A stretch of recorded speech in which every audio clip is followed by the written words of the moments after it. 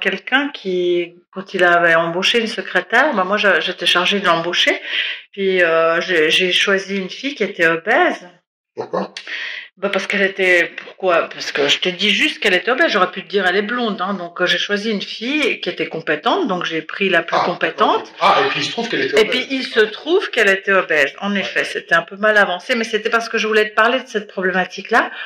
Et après, donc le patron de cette entreprise, il l'a pris en grippe et tout, ça allait pas. De toute façon, je l'aime pas. Puis dans une conversation, de toute façon, je l'aime pas, elle m'énerve. Et puis les grosses comme ça m'énerve. Euh, Puis j'étais tellement outrée qu'il l'a vu. Puis il a dit oui, mais j'aime pas les gens qui prennent pas soin de leur corps comme ça. Qu'est-ce qu'elle doit être conne pour pas prendre soin de son corps. Puis du coup, il l'aimait pas. J'étais sur le cul. Oui, Quoi. donc, en fait, c'est ce qu'on appelle en général de la grossophobie, quoi. Bah ouais, c'est ça. Ouais, Bah ouais. ouais. Bah oui, bah ça c'est. Mais bon, toi-même, t'avais rien contre elle, contre son corps. Ah bah non, au contraire, elle était super Mais, sympa, super mais compétente. par contre, son corps, tu l'aimais pas. Ouais, mais il me dérange pas, je veux dire, c'est sa vie, Non, ça, non, je m'en fous. non, la preuve que tu l'aimais pas. Imagine qu'il y a un magicien qui vient, qui serait venu à ce moment-là, puis il t'aurait dit, ben voilà, j'échange ton corps, pas ton visage, ton corps contre le sien. Vous échangez de corps. Est-ce que tu auras accepté? Bah non.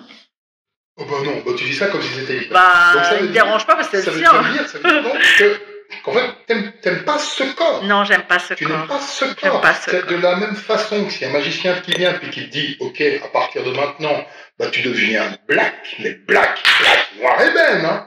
Est-ce que tu vas accepter?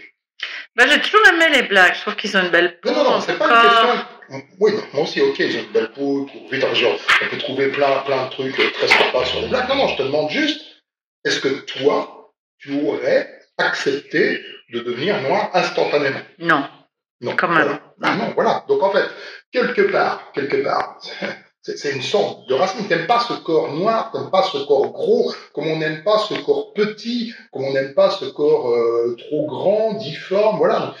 Mais toujours est-il que nous-mêmes, nous avons l'impression d'être pas comme ça.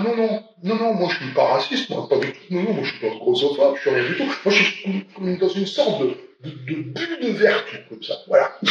Moi tout va bien. Mais par contre, les autres, oui. Bon, ça, les autres, ils sont grossophobes, oh là là, on voit des trucs, ils sont racistes, ils aiment pas les grands, les petits, on sent que ça pue, hein, c'est vraiment, Ouais. la société, elle est nauséabonde, pas autour de moi. Mais attention, pas que autour de moi. Si je parle avec un copain, hein, qui est là, à côté de moi, qui dit, t'es d'accord, franchement, les gens, comme ils sont racistes, ils sont grossophobes, non, mais franchement, la société, elle pue. On est dans notre bulle, là. On est dans notre bulle de vertu. Et ça se voit principalement, beaucoup, dans les posts Facebook. Tout à coup, il y a un article, un truc un peu scandaleux, du style, voilà, est-ce que vous connaissez cette youtubeuse qui vend l'eau de son bain, par exemple, voilà. Oh, bah non, alors quelle horreur, bah non, alors là, c'est vraiment, on est tous d'accord pour dire, quelle horreur, comme si la société était quelque chose d'extérieur à nous, mais nauséabond. Mais attends, parce que ça plus loin que ça.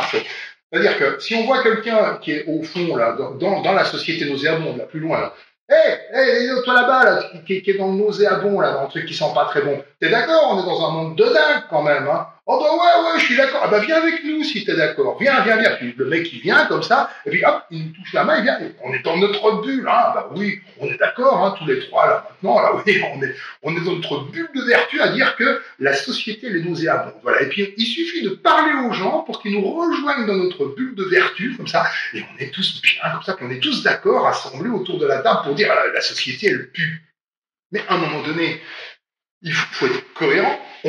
On vit dans cette société, on est dedans, on est trempé jusqu'aux os. À un moment donné, on doit admettre que nous-mêmes, et je vais arrêter de parler pour nous, moi, je peux être grossophobe, homophobe, ne pas aimer les gens de telle nationalité, de telle apparence. Moi, pourquoi je serais comme par miracle, en fait, dans une sorte de bulle de vertu qui s'appelle l'ego, je sais pas, c'est vraiment un truc de fou, quoi. Et du coup, c'est quand même une source de souffrance parce que on a l'impression qu'on est en dehors de la société, en dehors d'une société qu'on déteste, alors qu'en fait, on est considéré nous-mêmes comme des gens nauséabonds par d'autres bulles de vertu qui sont plus loin, qui ne nous parlent pas et qui nous considèrent, nous, comme les gens. Voilà, nous, on est les gens. Parce que les gens, c'est l'ensemble de tout le monde, sauf nous. Enfin, moi, les gens avec qui je parle. Le reste, c'est les gens. Mais nous aussi, on est les gens par rapport aux autres. Et on ne sent pas très bon.